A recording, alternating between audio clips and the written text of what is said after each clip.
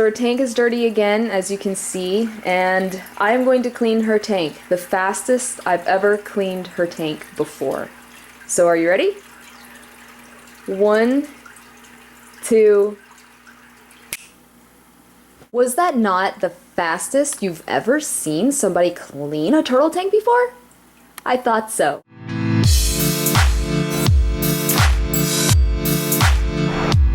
As you can see, it's all cleaned up. It's beautiful. Very beautiful. And I keep her in here while I clean her tank. And I'm just gonna put her back in her tank. And I also added soaked her up with some Vita Shell. Yeah, I love how the Vita Shell makes her shell just look so shiny, and it really brings out the rich chocolatey color of her shell. What's up guys, ReptileRoad here. This is the Fluval 306 canister filter, and it's for my African side-neck turtle, and I think that the best kind of filter to use for turtles is going to be a wet, dry, trickle filter. Y'all can look that up with the sump and a refugium and all that stuff. It's a much larger of an investment.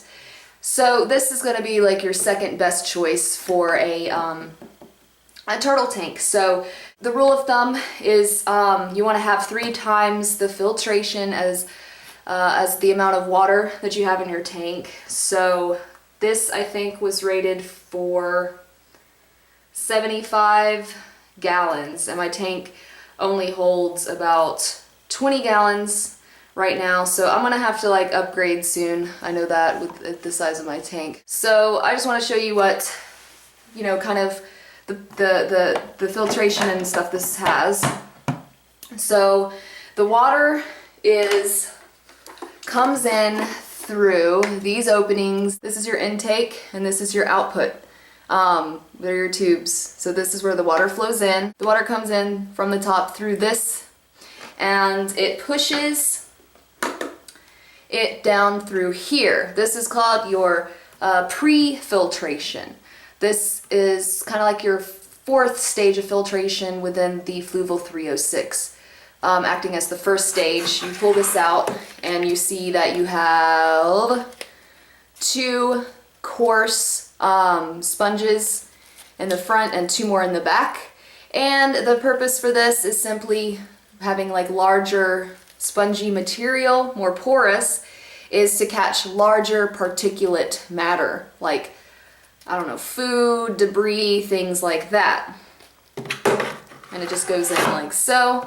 So that's where the water is pumped down first, is through the pre-filtration. When it's pumped down to the bottom of the filter through the pre-filter, like this, it is then sucked back up with this little device here, where the motor and all of that is, through your through this black sponge, and it just comes out, and you have these trays for each stage of filtration. These sponges all act as your mechanical filtration, which pretty much means that the sponge is kind of mechanically taking out all of the debris and dirt stuff. As you can see, there's fuzz from where God only knows where, and flakes. And this is less wide of a, you know, porousy sponge surface than this stage of filtration. So this kind of collects all of the stuff essentially that the pre-filtration misses. So it's still kind of a large enough sponge to catch larger particulate waste. And of course you have 2 on either side. So that's technically your first stage of filtration, because right here as the water flows down, it's just kind of pre-filtering the water, preparing it for the actual stages of filtration with the trays. So this sponge method of filtration is called mechanical filtration, catching particulate waste. So then the second stage of filtration is your biological filtration.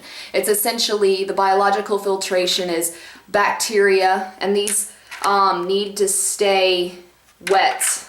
If they dry out, your beneficial bacteria die, so I have to be quick about this.